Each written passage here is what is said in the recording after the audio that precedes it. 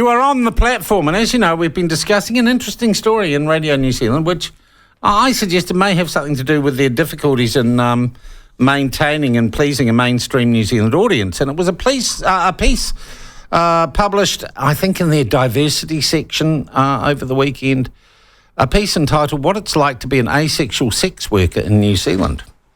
It was written by a woman called Sofie Louise, who, at the bottom of the article, said is a certified Auckland-based sex and libido coach and a freelance journalist. What are the chances?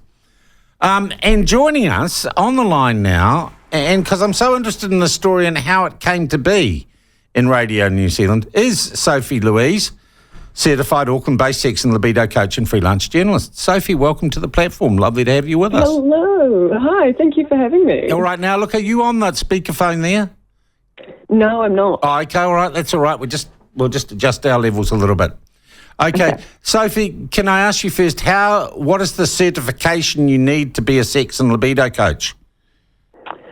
So there's a few different ones that you can get. I've got a couple of different certifications. It's not something that you can study through, for example, the University of Auckland, but I've studied through the Institute in Somatic Sexology and a couple of other Hang on, the Institute in what?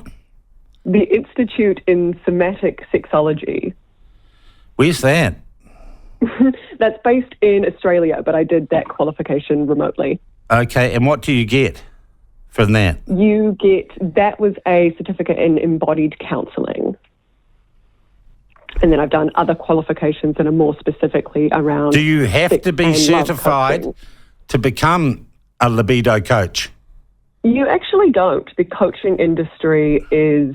can be a little loose in that regard, and that's where it comes down to the individual and their professional and ethical responsibility to ensure that they're providing a service. Is there a code of conduct or a professional body that represents sex and libido coaches? No, there's actually not in New Zealand. So would it be fair, Sofie, and I'm not meaning to be mean here, to say this is kind of a made-up discipline? I suppose you could refer to many jobs in that regard. No, I wasn't referring to many jobs. Is it fair to say that this sex and libido coach is a made-up discipline? I'm not sure how you mean made up, because that it's not part of an actual recognised body. There is no code of conduct. There's no national standards. There's no even definition of what it is, and you therefore cannot be certified. Because you can't be certified in being a sex and libido coach because it's a made-up profession. Well, you can be, because I have a qualification that certifies me as a sex, love and relationship coach, amongst other... From where? From an recognised tertiary institution? No. That's what... So that's really why I say it's kind of made up, isn't it? I suppose you're welcome to view it however you'd like. Yeah, well, I think it's made up. I think most people would think it's made up. Sofie, I note that you, on your website, appear to have had an awful lot of media coverage.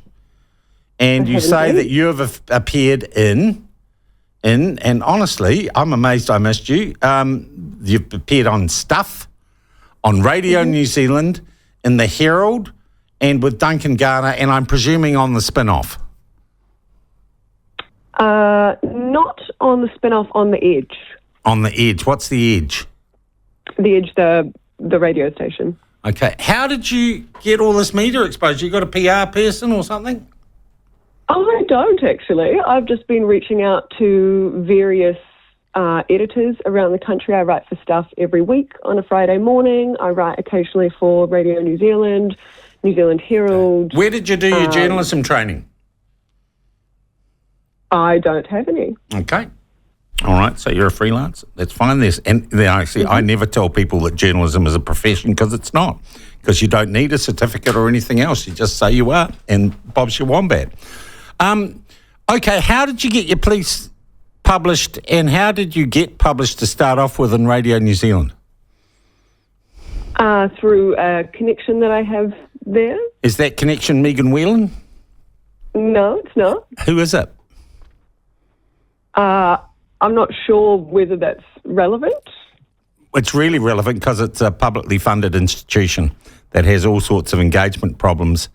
And I'll be honest, Sophie, we picked your article as being one of the reasons they might be having perception problems.